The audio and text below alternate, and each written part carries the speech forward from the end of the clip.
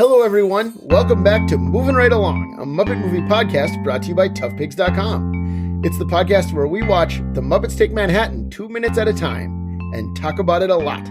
I'm your host, Anthony Strand. And I'm your other host, Ryan Rowe. And we are joined today by a special return guest, one of our best friends, one of our best fiends, if you will. Who are you? I'm, Phil. Phillip Phil. Phillip Phil.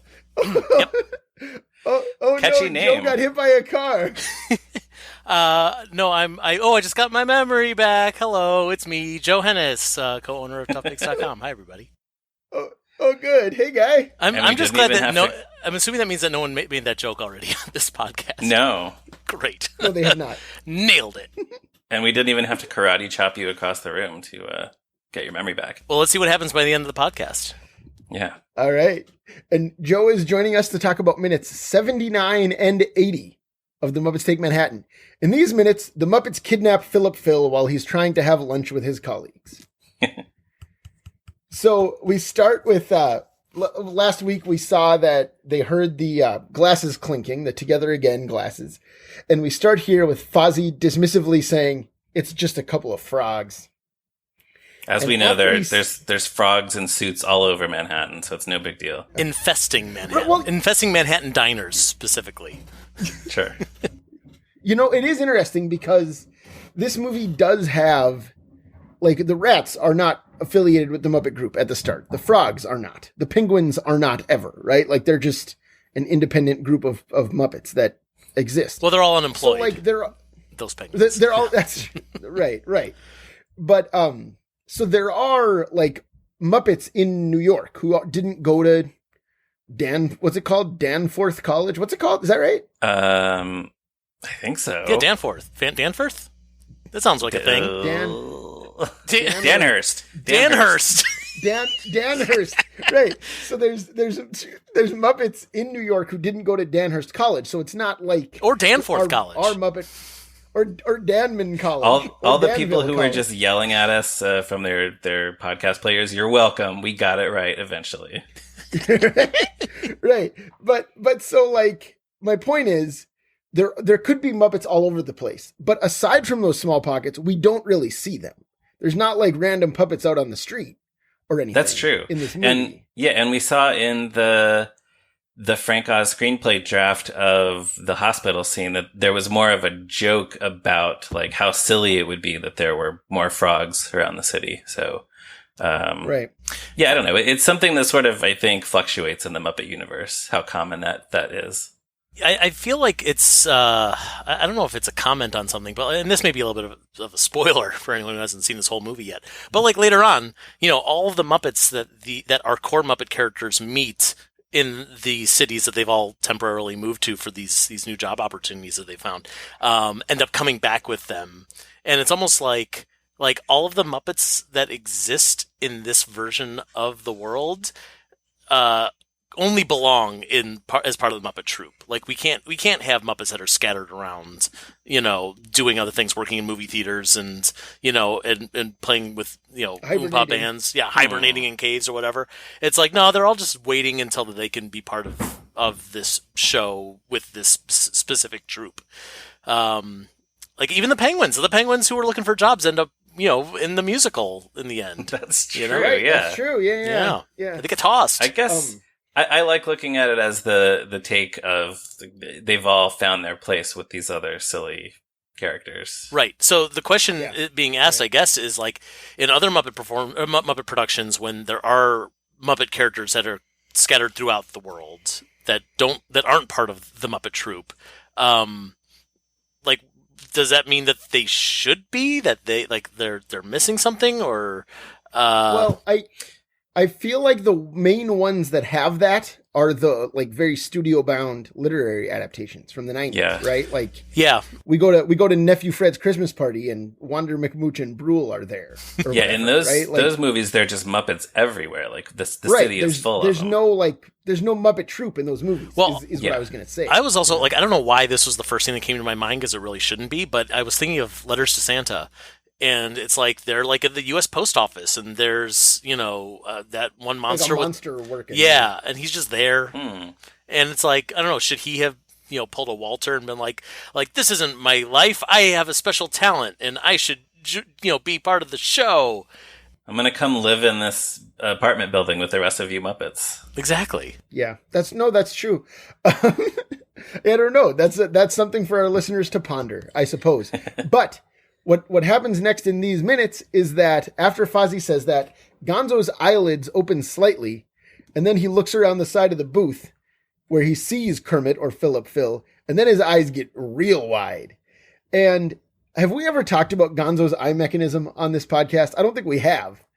And that's a shame because we might have briefly, because I think, does he sort of like waggle his eyelids when he's engaged to Camilla? Oh yeah, he does. Yeah, I'm sure we talked about it then. Yeah, but maybe just briefly. But this is another great example of Gonzo's eye mechanism doing so much of the work. Well, and also like I've been watching the Muppet Show season 1 where he doesn't have that yet, Oh, his eyes are just like I think they're smaller too on season 1 of the Muppet Show, and it's just it just contributes to his sort of like pathetic appearance in that early season. He also doesn't have a neck in the first season of the Muppet Show. Not really. Right. He's just he a looks lump. like Cigar Box Frackle. Oh, I never noticed that before. He looks just like Cigar Box Frackle. Yeah, he sure does. All right. But the interesting thing I think about Gonzo, because I love Gonzo's reaction in this scene, like it's so big, like he gets that big like intake of air, like look at this Kermit, and his eyes get big, like you said, and aside from Gonzo's postcard scene where he's doing the water skiing bit, which is terrific. Like Gonzo doesn't have, I guess, like maybe the Martin Price scene at the beginning of the movie. Like he doesn't really have like many like wacky scenes in this. Like he's just a guy who's hanging out with Kermit and like says a silly thing once in a while. And not that this is like huge or wacky or whatever, but just to see Gonzo like show a big emotion, it feels very satisfying to me. Yeah. Yeah. Agreed. And it's a good thing that he turned around to look at the booth, because if he hadn't, they never would have found Kermit. Right. And well, this movie would have had a much sadder ending. Well, we talked before about how this whole movie is like so full of coincidences in the third act, right? Like the frogs happened to come into Pizza Luncheonette out of every nondescript diner in Manhattan, right? I mean, you're describing like every sitcom, like all these happenstance, like we would have solved all these problems if only we had cell phones in 1984. Well, that's true. Yeah, you have to have certain contrivances. Although, as we also talked about, Kermit does call the diner to tell them that he sold the show before he gets hit, which that's is true. Good, or else they would have found out. Or else they would have found out when Ronnie Crawford came walking in, right? Like that's true. But they also would have found him sooner if he had Find My Phone on his phone, and then they could have just. But where would he geolocate? Where would he keep his phone? Kermit doesn't have pockets. I don't know. Where did he keep the change to make the phone call, Ryan? Oh yeah. He has a little pocket in his collar. Each of the points on his collar has a quarter. It's $1. It's like he's got penny loafers, but instead of 1 penny on each shoe, he's got $1 on each point. He has quarter collars. Yeah, quarter collars. That's why 11 quarters for that guy.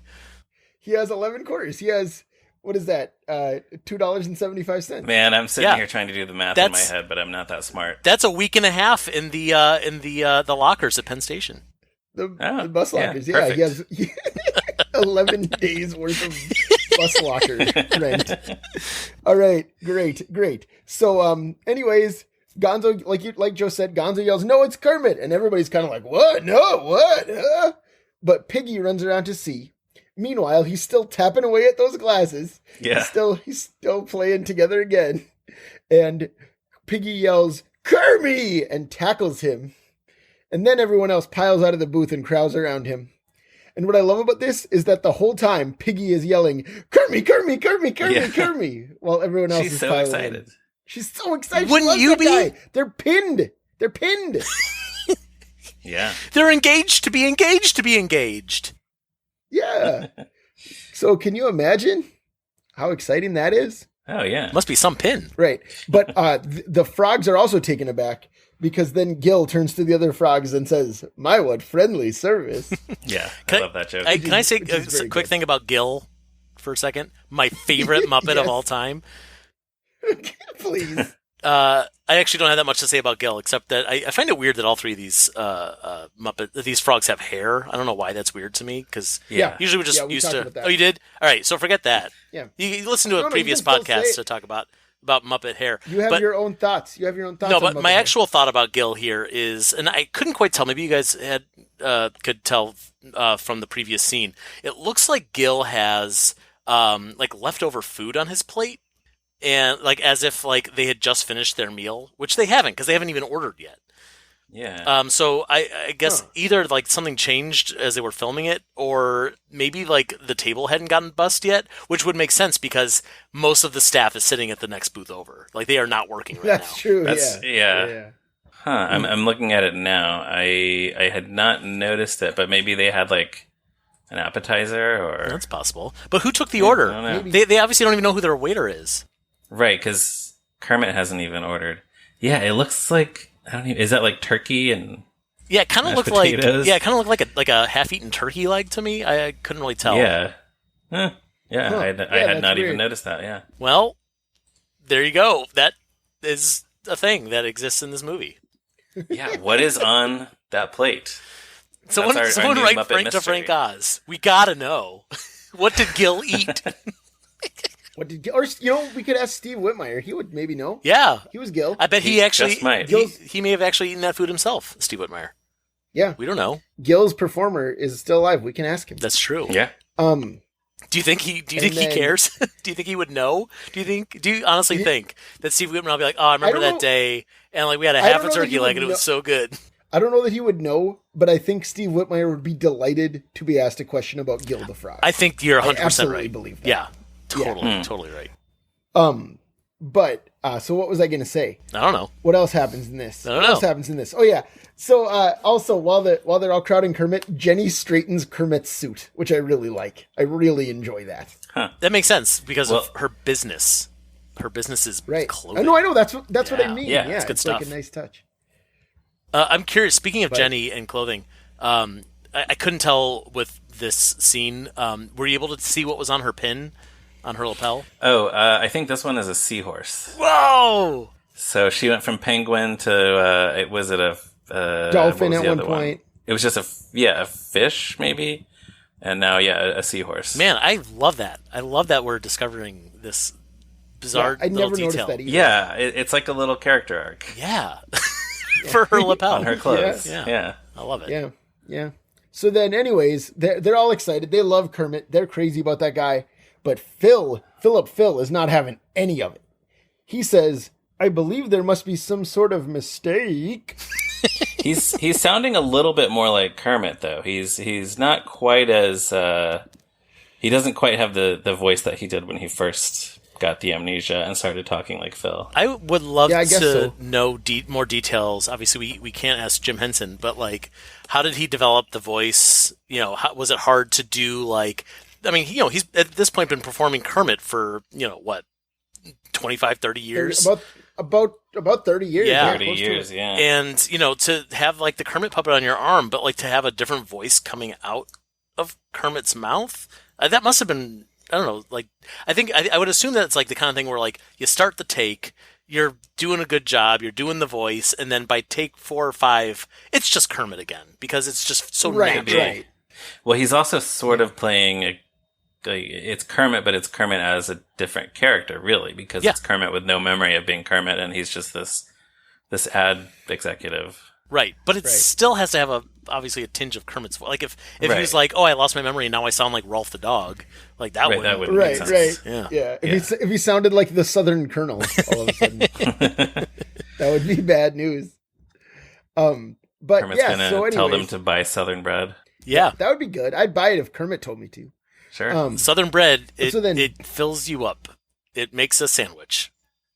That's it good. does. Yeah. Yeah, he would be So next, great for marketing that bread. Yeah. Have you talked? Actually, that's a thought thing. Like, have you talked about the fact that these frogs are ad people, and Jim Henson was also an ad person? early in his career? I think we mentioned that briefly. Yeah, just how it was kind of a little bit of a callback to the early days of the Muppets where they were doing commercials. Yeah, yeah. It makes me think of intentional or not. Yeah, it definitely makes me think of those long pitch reels that they did for like Wilson's Meats or whatever it was, where they're showing like the Muppet performers and writers like actually developing. Coming up with ideas. Which obviously the whole thing is fake, but like, then we also have like, here's Jim again, with these puppets. And also like specifically, since it's the frogs, which very much resemble those, like anything Muppet looking characters, that they used in the early days, the Wilkins characters and Skip That's and true. Scoop. And, like there's, I feel like Shrinkle and Stretchel. Shrinkle and Stretchel. Some of the Your sort favorites. of abstract looking Muppets. I love him. Yeah. I love him. Yeah, and Frank Oz makes a Tamino cameo. falls in that ad, Joe. Sorry, Yeah, he does. Yeah. What'd you say, Anthony? I'm sorry. No, I said I do love Shrinkle and Stretchel because Tamanilla Grinderfall is in that commercial. Oh well, we love Tamanilla Grinderfall. Who's the greatest? She is the greatest. Yeah. She's the greatest witchiest Is witch that- of them all. Is that clip on YouTube? We should stick that in the show notes. We should link to it if it is, yeah, because that's probably relatively obscure. Yeah, I don't know obscure. that the Muppets ever did a commercial for soap. I'm thinking like they did like various household products, but I can't think of one that was actually for a soap. I bet they did. They did so many commercials, Yeah, right. I don't know. I mean, you could bathe in Wilkins coffee if you man. wanted to. I don't know why you'd want to, but you could. Yeah. So what happens next in this movie? So Bill says, "Phil, since you know the waiters, why don't you order for us?" And the Muppets are all confused. They're asking what's wrong and all this stuff. And with perfect timing, Phil turns to Piggy and orders the tuna melt. Yeah. And He's so just does polite. this, he's so polite. He does this like perfect little like satisfied little head nod after he says it too. My absolute favorite thing about this, though, is, as Ryan could probably attest, because I've done this many times in front of him, whenever we're at a New York diner, I also order the tuna melt. That's my go-to. I will have the tuna melt, please. I love a good tuna melt.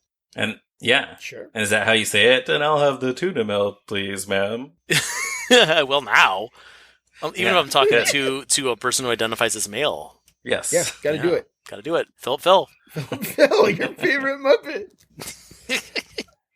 This is something so boring that I wasn't even going to mention it from the March 7th, 1983 draft of the screenplay, but in that draft, he doesn't order a tuna melt. He orders a grilled cheese sandwich. Whoa, which is... They must have decided tuna melt was funnier. Like maybe I think it is funnier, yeah. Well, they're also kind of the same exact thing, except that one has fish on it and one does not.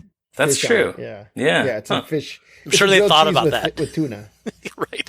Yeah. Wow. But speaking of other dishes at Pete's, behind them in this shot, when they're all crowding around Kermit, we can see an ad for Pete's Pitaburger plate. Yeah. Yeah. Did we all write the same note for this one? We probably We did. did. That it comes with French fries, pickles, and coleslaw. But and what I love about it, and tea or coffee. Oh, tea or coffee? Yeah, it says it's small underneath. Wow. Yeah. That's what Kermit should have ordered. Yeah, it's a good deal. Peanut Also, butter plate. because it says $2.79 on there, and I don't know if you guys did the inflation exchange from 1984 to today. That's $7.17 today. That's a great deal. You get the whole pita burger, fries, coleslaw, pickle, and a drink for $7. Yeah. Dang, Pete. At a New York City diner, I would expect to pay like at least probably $12.99. Oh man, it'd be a great deal for $12.99. Yeah. Yeah. $7 and whatever is a bargain. But also, it's really fun to say Pete's Pitaburger plate. So yes, that's the most important thing. It'd be fun to order for that reason too. Can you imagine the satisfaction of saying, "I'll take Pete's Pitaburger plate, please." This is also something that Ryan and I have talked about at eating at various places in the city, where like sometimes it's very tempting to order the thing that's the most fun to say out loud. Yes. Like, I will have the Rudy Tooty Fresh and Fruity, please. And did you get it? I've never had the Rudy Tooty Fresh and Fruity. There was something at Big Daddy's Diner that I ordered once because it was the most fun to say, but now I'm trying to remember what it was.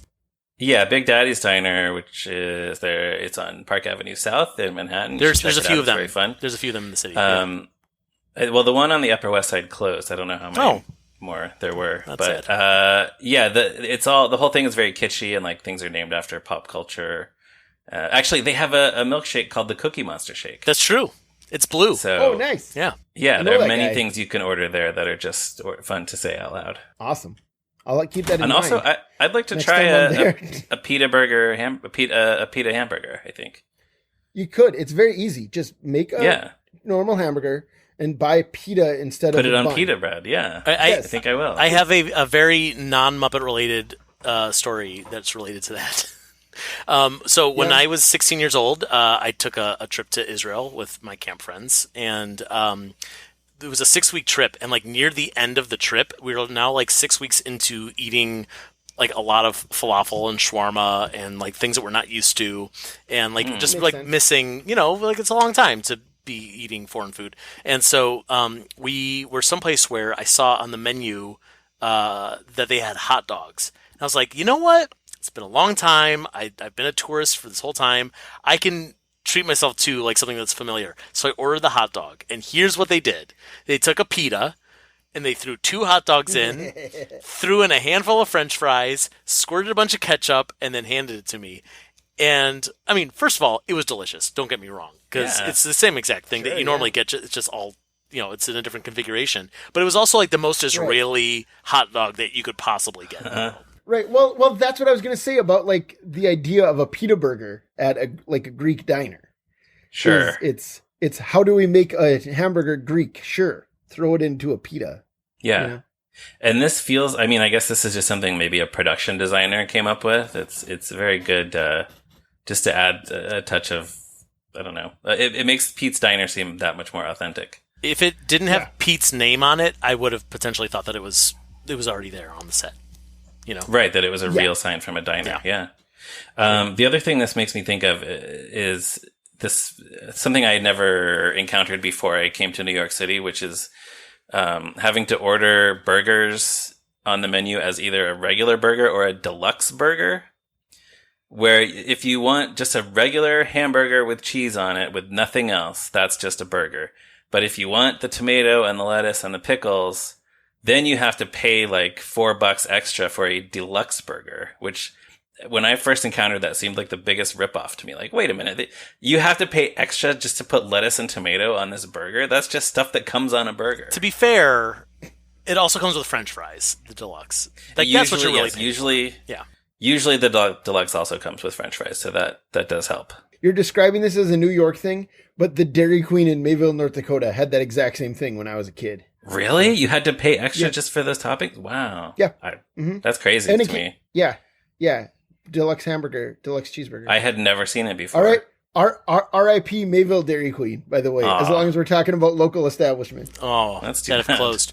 Then also, I remembered what that ridiculous sounding thing was that I ordered at Big Daddy's Diner. It was the Moons Over My Hammy. Oh, I that's thought that from was a Denny's, Denny's thing. bro. Oh, That's was from it? Oh, Denny's. You ordered dang at it. Denny's. Yeah. Oh, then that wasn't it. What was it? I just thought like, Moons Over My Hammy. That's funny. That must Should have we been the thing pause? ordered. Should we pause so you can look up Yeah, the I'm gonna look Big it up. Daddy's Wait, menu? Big Yeah, Daddy's but let's Diner. leave that in where you think the. Oh yeah, signature leaving the Denny's thing menu where I is. sound like an Obviously. idiot.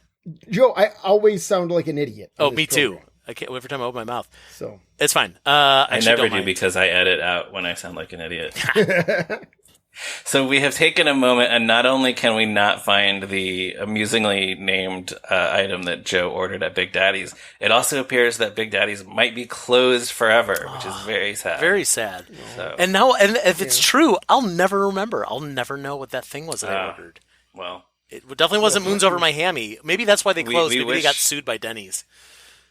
maybe Denny's, that's it. Yeah, maybe that's what happened. who had commercials starring Kermit and Piggy.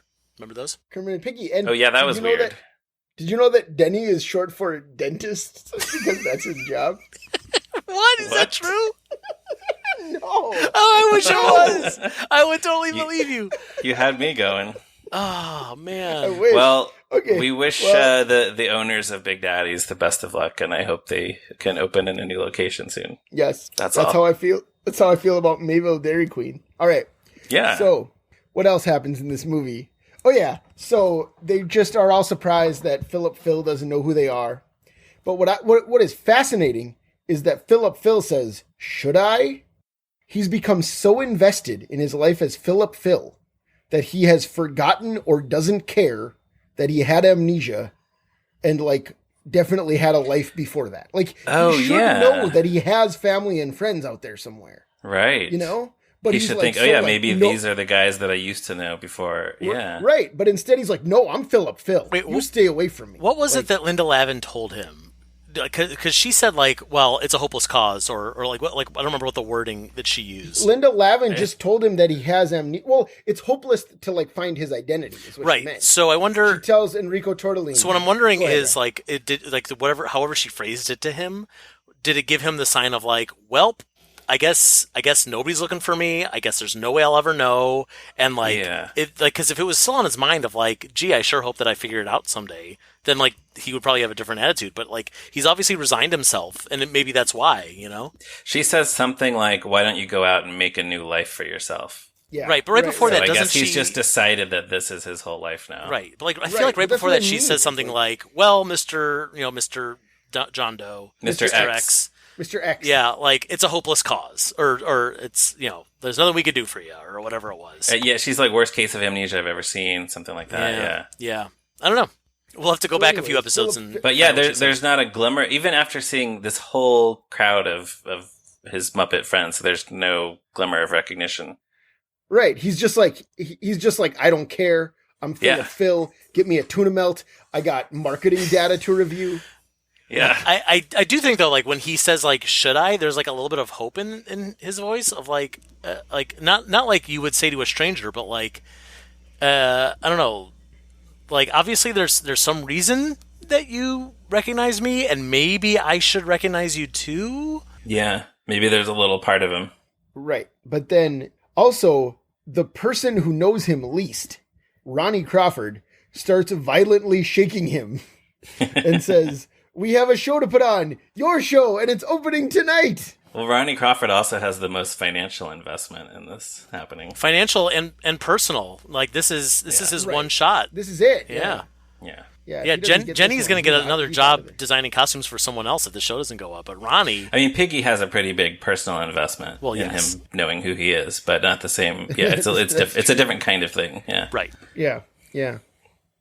But so Ronnie does it, and then that's when Phillip Phil says, "Seeing a show would be a pleasant way to spend the time, but I do have some marketing data to review." And it's perfect. It's perfect, and I love that then they cut to the three frogs at the table, and they're all like, "Yeah, he really does." Mm-hmm. Yeah. Mm-hmm. Right? They all nod.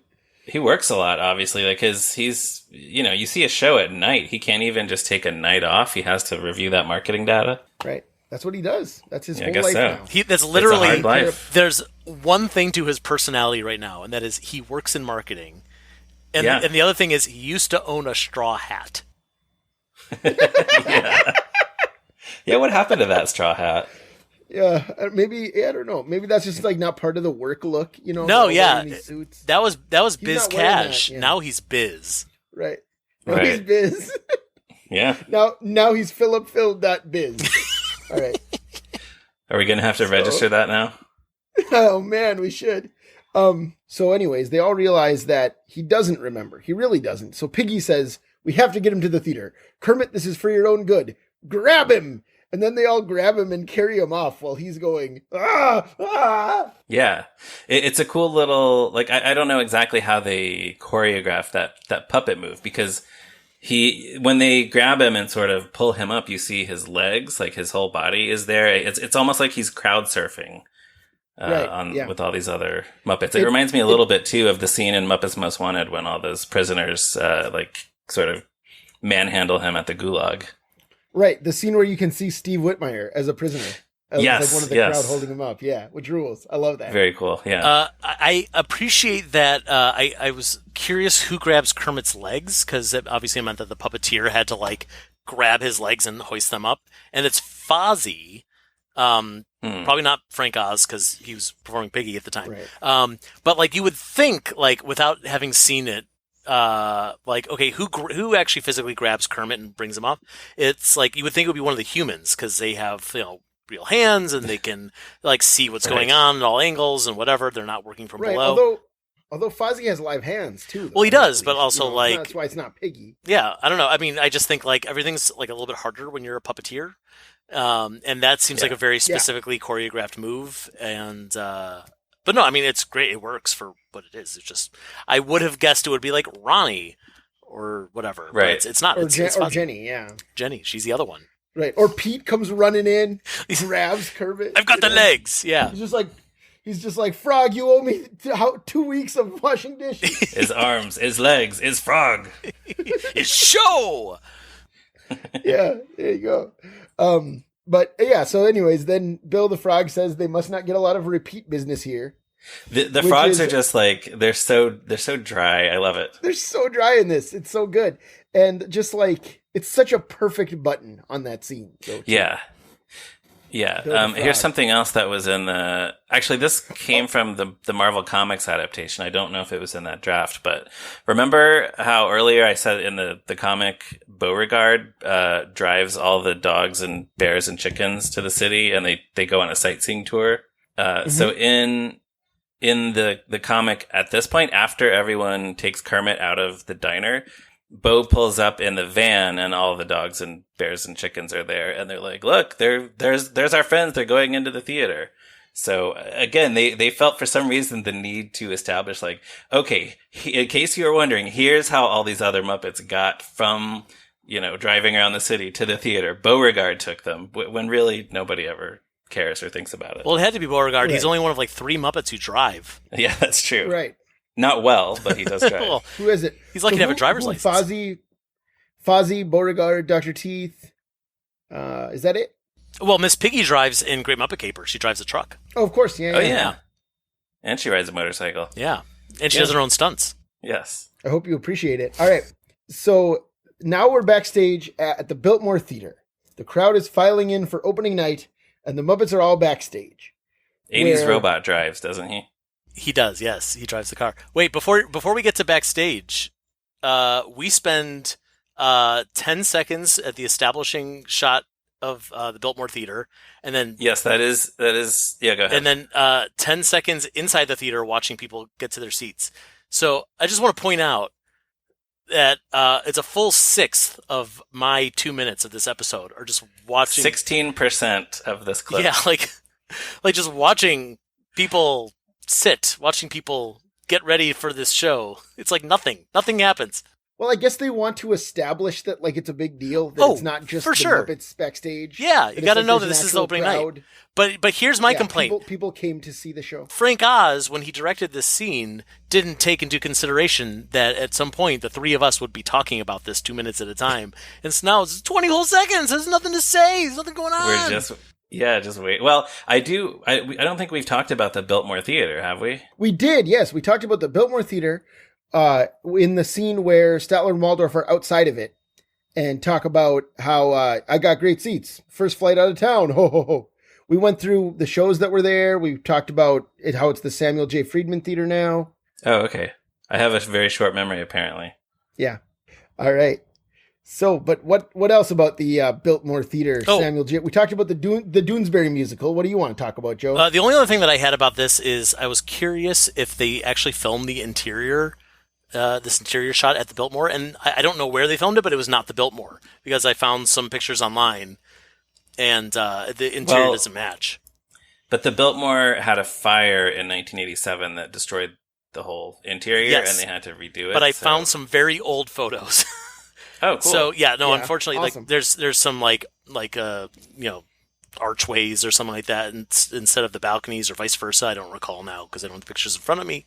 But yeah, it's not the Biltmore, which makes sense. That I can see them saying paying to change the marquee for a day so they can film the establishing shots, but not to pay for a Broadway theater to shoot on the interior. I don't know. They would have been working on that Doonesbury musical at the time of this, when this movie was being filmed. So maybe they couldn't get into the theater for that reason. That's possible. Either way, it seems to me like, it's like just go to Albany. It's not that far away from New York City. Right. And find a theater there. Yeah, exactly. Right. But yeah, so what we do see backstage, though, is Fozzie, who is in the middle of a very involved joke about a grizzly bear, a panda bear, And then the phone rings, and it's a polar bear who says to the panda bear, "I didn't know it was a koala bear." Get it? Waka waka. Yeah, and then he throws a waka waka at us, which is the only one in this movie, I think. Yeah, I do love this joke, even though I'm not really sure. Obviously, it's not a real joke. There is no rest of the joke. We're just hearing the end of this fake joke. And I guess the idea is that koala kind of sounds like koala bear or collar bear. Yeah, it's definitely a phone punchline, right? It's like he called him, right? Yeah, but why is the grizzly bear even there? What does the grizzly bear have to do? Well, it's bear humor, Ryan. Okay, I wouldn't get it. You had to be bear. You had to bear there. You had to be bear. Joe, you and my 3-year-old son Miles are on the same page because he watched this with me earlier today when I was watching it for this episode. And after Fozzie says the punchline, Miles turned to me and said, "They're all bears." They are. They're all bears. Well, I do also just like the idea of coming into a joke, like a nonsensical joke, and just hearing the punchline. I asked for other examples of this on Facebook today, and I got a few suggestions. Anthony, you mentioned the joke in Pee-wee's Big Adventure when Pee-wee is sneaking onto the Warner Brothers lot by pretending to be part of Milton Berle's entourage. And I think Milton Berle's punchline... Do you remember it? I don't remember it exactly. Yeah, Milton Berle's punchline is, "What do you think I got down there, a duck?"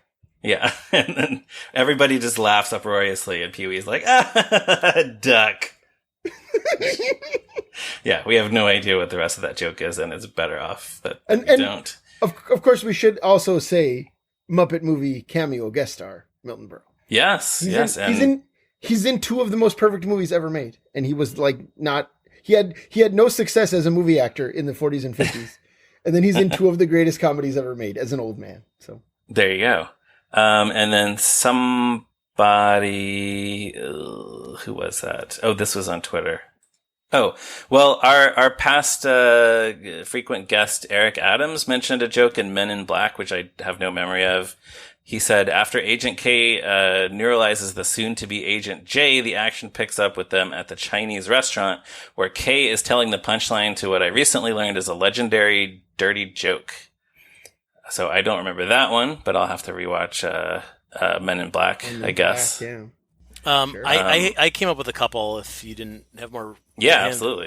In Finding Nemo, Marlin is telling the joke at the end of the movie with Franz like these who needs anemones. I feel like that's yeah, and that's an example where you don't need a setup. No, you don't need a setup. That's just a pun by itself. Maybe my favorite example of these orphan punchlines is in Trading Places when the rich people are like, "And she stepped on the ball," and then everyone laughs.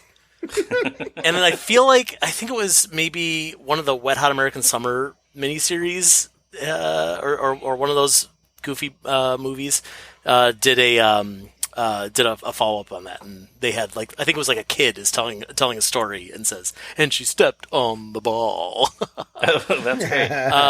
Awesome. Fozzie Bear himself had an orphan punchline in an episode of The Muppet Show. In the Loretta Lynn episode, he's telling the joke, "Did you hear about the electricians and the polar bear?" It's another polar bear joke. And so he says, "Okay, first of all," and then a train passes because this is the episode where they're at the train station, and you don't hear the middle of the joke. And then after the train passes, he goes, "But the wallpaper tasted delicious," and nobody laughs. And then Fozzie says, "I'm so lonely." Oh, buddy! Oh, well. And speaking of not laughing, Phillip Phil's reaction to this joke is, "This is all very amusing." Yeah, in this very obviously deadpan. not. Right, but yeah, apparently orphaned punchlines that's what those are called on the TV Tropes website. So there's a few other examples there. Yeah, and I do want to call out one more, even though I probably should have made the Muppet Show one last. Okay, so there's this TV show a bunch of years ago called Michael and Michael Have Issues, which starred Michael Ian Black and Michael Showalter. It was on Comedy Central, and I answered a call to be an extra in an episode.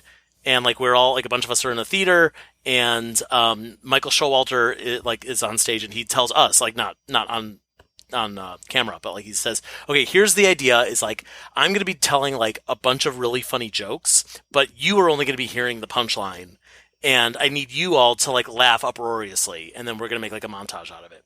And so we sat there as for 10, 15 minutes. He was just like reading a list of these basically orphan punchlines. The only one I remember off the top of my head was Houston, we have a sandwich. And if you go back and find that episode, whatever it was, I don't know how you would find that episode, but they cut to me quite often because I think I looked like a college student because it was supposed to take place at a college.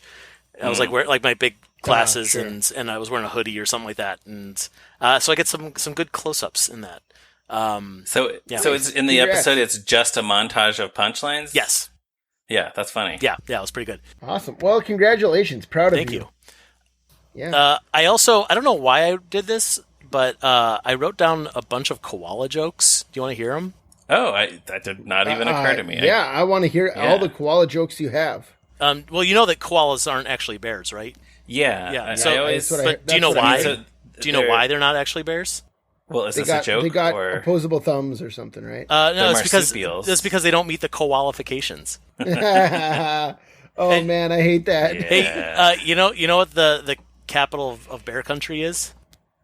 Like about Kuala No, Lumpur. that's so good. Did you like my koala bear jokes? Would I you like would your you koala bear. would you say that I they like were your of high koala- quality? I hate you. Oh, that's good stuff, man. Thank you. You should become a professional comedy man. All right. And taste the difference quality makes. And one more thing about koalas is just that on Muppet Babies. No, this isn't a joke. On the new Muppet Babies, yeah. Fozzie's sister is a koala. Fozzie's sister's name is Rosie. Yeah. Listeners may know that my wife's name is Rosalind, or Roz for short, or occasionally Rosie. It's what my nieces and nephews call her. She loves this, man. She lost her mind when Fozzie's baby sister had the same name as her. She's like all about it. She wants to get a plush doll of that thing so bad. Nice. Someone tell Matt Vanner. No such product exists, unfortunately. Yet. I get like is the only other. I'm sure I'm forgetting something. Is the only other notable Roz in pop culture Roz from Frasier? No, Roz from Monsters Inc. My dude. There you go. Yeah, oh, okay. There's lots of Court. Rozes. Okay. Yeah, there are several. She kind of hates Roz from Monsters Inc. because we were in high school when that came out, and so it would be like people would walk up to her and be like, "Hey, Wazowski," or whatever. Yeah, I'm sure. So she's like not fond of that character being named that, But yeah, that's unfortunate for her. Whatever. Oh well. And also, she would want me to note that there was an episode of Elmo's World where Snuffy has a friend from Snuffle Garden named Rosalind, the Snuffleupagus. Right. Oh, that's right. nice. And she loves that because Snuffy is her like number one favorite Muppet with a bullet. Snuffy every time. And the performer of that character was Jen Barnhart, and Roz's maiden name is Barnhart. Wow. So yeah. They are not related, but she really loves that all of that happened. That's great. Yeah. Was there an episode of the original Muppet Babies with a koala? Yeah, that was the one with like, the alien. They thought the koala was an alien, and they were like trying to hide it from Nanny or something, and then it turns out it's just like a koala bear that escaped from the zoo. Or it turned out it was Fozzie's sister the whole time. What he if didn't it was? know. He was like, What's "What's this weird alien thing?" Oh, it's my sister, who I've known for years. Great. I think Idiot. we've all had Years, moments he's a when we ba- suspect he's a that our baby. siblings are aliens. That sounds like one of those Yeah. books, like my teacher's an alien or whatever. Bruce Coville, Yeah, it was Shout Bruce out to Coville. Bruce Coville. Shout I out. love those. I love those books. Our favorite He's podcast still listener. alive. He's listening He's to this still podcast. alive. I know he's Maybe listening. he I hope he listens. Yeah. If Bruce Coville wants to come in, I'd love to have him. I tell you what, this is a spoiler for the last book in that series, which I think was called "My Teacher Flunked the Planet." But so it's skip ahead a little while if you don't want to hear about this. But the big twist of the whole series was that these aliens, I think it was that the aliens had invented television so that humans would be like obsessed with TV and they would be distracted all the time, and it would hamper their like evolution and development, and it would make them more susceptible to being invaded by aliens. And I think about that a lot, like in terms of the internet and social media, because of that, sometimes I really suspect that might have actually happened. Maybe social media was invented by aliens who wanted us to get dumber so they would be able to invade the planet. Well, the joke's on them because we're all obsessed with TV and movies and media and stuff like that. And look at us. We made a podcast. Look how productive we are. Yeah. We're so productive. Yeah, take that, Bruce Coville. You know what? You're not invited on the podcast after all. Yeah, you're not allowed anymore, man. All right? Don't fry my V-Blacks. I didn't love it in 3rd grade. Wait, no, that's not true. Hey, what is this podcast about anyway? It's about the movie Muppets Take Manhattan, where these minutes end with what we've already said. Like the last thing we hear is Phillip Phil saying, "This has all been very amusing, but and then he cuts out. So, I will say I'm very grateful. I'm very grateful that that this clip didn't cut out partway through Fozzie's joke. Not that it would have made the joke any better or worse, but I feel like the completist in me, I like it. It would have bothered me very much. It doesn't matter that we cut off in the middle of the sentence for Kermit, but in the middle of a joke, that would have stung a little bit. Right. Well, listeners will know that we had that last week, where the clip cuts off right before the others discover Kermit. Oh right? man, the suspense. Yeah. It was kind of unbearable, frankly. I mean, I kind of like the cliffhangers. It keeps our listeners coming back, right? Yeah. Oh, and yes, he did just say unbearable. Joe is making a face like he's so excited. Joe is mocking me for having said bear again. All right. But that does bring us down to the end. So anything else about these 2 minutes before we go? Joe, I'll start with you. The only other thing that I had was, so I know you probably talked about the glasses thing at the beginning of this clip last week, because that was most of Kermit hitting whatever. But so a very good friend of mine, my friend Rob Zajac, who is one of my very best friends from college, and still a very close friend of mine. He is a musician and a sound engineer in his spare time, and he's also a huge Muppet fan. And he sent me a video a few years ago. It's pretty funny, of him like drinking a glass of water and then having this surprise look on his face, and then putting the glass down and then hitting dun dun dun dun dun. Oh, that's great! That's a delight. Then, a while later, I couldn't find the video, so I couldn't tell you exactly how much later. He actually, lined up a bunch of glasses, in front of him, and with 2 spoons, played the entire song of Together Again. The entire song? Yeah, the entire, the first, verse and chorus or whatever. Wow, yeah, that's impressive. Because, he's a talented guy. He knew how to do stuff like that. But anyway, I thought that was a fun thing to share, and I asked him, did you put this online or something like that? He's like, man, I don't even know where that video is. So, unfortunately, you'll just have to imagine it, but it's a thing that existed in this world at some point in time. Huh. Yeah, awesome. That's impressive. All right, Ryan, anything else? From the March 7th, 1983 draft of the screenplay, a couple things. First of all, for those who still ship Jenny and Ronnie, It notes in the stage directions that when everybody gets excited that they found Kermit, Jenny and Ronnie hug. So there's that there. Oh, the huggies. Just make it, just these little bits of sort of half-hearted. Let's throw these 2 kids together. And then also before the next thing that happens in the actual movie, the Muppets make a few more attempts to restore Kermit's memory. Gonzo says to Kermit, "Okay, remember this? This was one of your favorite acts. I will now rest the entire weight of my body on my nose, rotating counterclockwise and reciting the last act from Othello." And Kermit says, "That's rather silly, isn't it? Why would you do that?"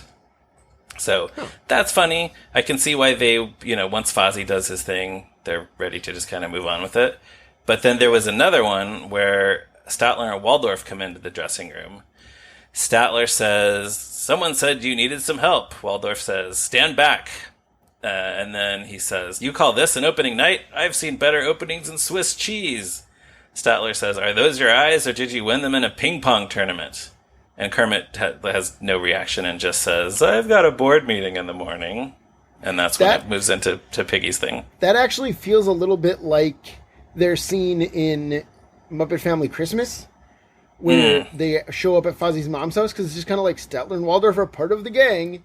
Here they are, like hanging out with the gang, still insulting them and belittling them. You know? Yeah. Like we all know these guys who just follow us everywhere we go and make fun of us. I will say though, like the Gonzo scene, if that or something like that had been left in, it would have made sense that we see like Kermit interacting with like several characters in a row that are doing these very silly things, and he's not reacting to them. And then the fact that Miss Piggy's like, "We're gonna get married," he's like, "That's silly. That's ridiculous." Right. And then he starts That's laughing. the most ridiculous. Like, that's so much more ridiculous than Gonzo balancing on his nose. You know what I mean? Yeah. Sure. Yeah. No. I almost wonder if it could have. I guess it wouldn't really work for the pacing to have made that a montage, like show the band playing a song for him, or and show know. Gonzo actually doing the thing. You know? Yeah, exactly. Yeah. But I guess it wouldn't really work. Yeah. But all right, so before we go, Joe, you've been on the podcast already this year. I have. For this movie. Correct. So we usually ask our first-time guests if they remember the first time they saw this movie, where they drank it, stuff like that. But instead, I'm going to ask you, do you remember the first time you heard Muppet Beach Party? And where would you rank it among all things created by humans? Oh, man. So I remember buying Muppet Beach Party on cassette. For those who don't know... No, they don't need to know. Yes, they do. No, Muppet Beach Party. Muppet Beach Party is an album from the 90s on the short-lived Jim Henson Records label, where the Muppets are having a beach party and they sing a bunch of old pop songs from the 50s and 60s. And if we will link to this in the show notes, but on the Tough Pigs website, you will find I would say a semi-enthusiastic defense of it from Ryan, and a very enthusiastic ripping of it to shreds from me and Joe. You could not just let me enjoy something. The two of you just had to follow up that article with a really mean rebuttal, like telling me how stupid I was for enjoying an album. No, come on. That's not true at all. No, not true at all? Is it true a little bit? No, you can like Muppet Beach Party for some reason if you want. I'm not your boss. See, here's the thing: the article is, it's like I can't remember the exact title of the subject, but it's like, counterpart Muppet Beach Party is terrible, not counterpart Ryan is wrong. You know what I mean? Well, that's true, but we can link to both of them. Yes, in the show and then you can make your own decision. themselves. I'm sure you could find Muppet Beach Party somewhere. Yeah, absolutely. But I will say, I remember being very excited at the time. There was a few albums within a few years of each other. I remember specifically that and Ralph the Dog's Old Brown Years is Back, where like we would just find out that these things existed, and then you would just go and buy them and then hear them for the first time. It wasn't like I heard a song on the radio and I'm like, I guess I'll buy that album, or like, this is a special and I'm gonna buy the soundtrack to the special I've already seen. So like that alone was very, very exciting. And to that point, and just to tie it back into this podcast, how disappointing is it that the Muppets Take Manhattan doesn't really have an official soundtrack? Not since the original vinyl LP in the it's never been reissued. In any format. And I mean, I don't know about you guys, like the MP3s that I have on my computer that someone ripped off of their record, like the quality's not even that good. Like the cuts between songs are a little sloppy.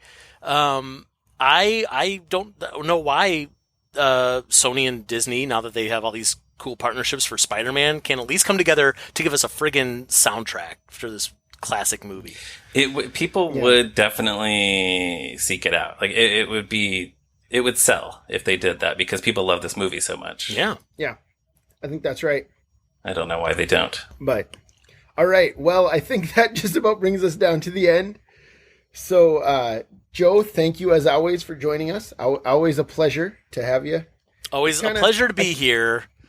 And also a pleasure to not be here and to listen to you saying things without me, because I love this podcast. It's my favorite podcast. I love this thing. Well, thanks. Thank you. You're our favorite third brother. So, all right. So listeners, though, you can read fine writing by mostly these two and me sometimes on toughpigs.com. And, you can follow us on Facebook, Twitter, Instagram. We're all over the place. You can email us at movingrightalong@toughpigs.com to tell us your thoughts about Muppet Beach Party or anything else related to the Muppets. And a thank you to Stacey Rosen for writing our theme music and to Morgan Davy for designing our logo. You can follow Ryan on Twitter at @MeRyanRowe, and you can follow him on Letterboxd at MoviesAreNeat. You can follow me on Letterboxd at ZeppoMarxist. And Joe, where can listeners find you these days? Obviously, you can find me on all the Tough Pigs social media things. I'm on Twitter at Joe Hennes. I'm on Instagram at ToughPigsJoe. I don't post on either nearly as much as I should.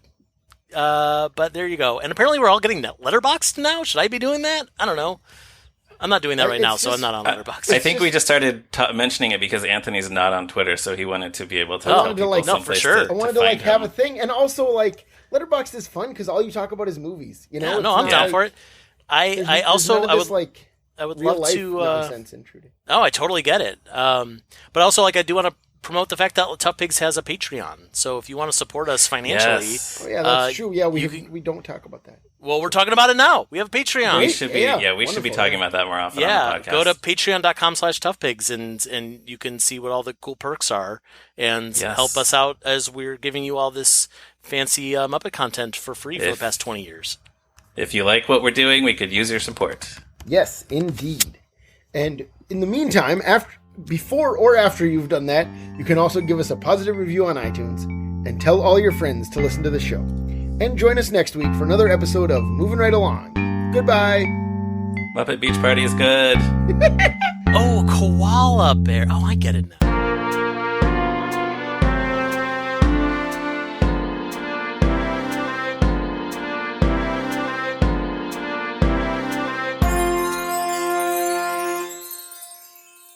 Wow, they have a Bosom Buddies omelet there? A Fantastic Four omelet? Oh, what about Bob sandwich? Who's the boss I've had the sandwich? What About Bob. Yeah, that was pretty good. What about Bob sandwich? Oh, I can't even. Fran Brill is in that. Lord of the Fries? Moves over my hand. I don't even see a link to the menu. Wait, so I'm on delivery. Fries are Lord of the Fries. Yeah, but they're just onion fries. Rings Lord of the Rings. The description is. But are onion rings the Lord of the Rings? Oh, that's a good question. The description is so crispy. Because that's a real missed opportunity if not.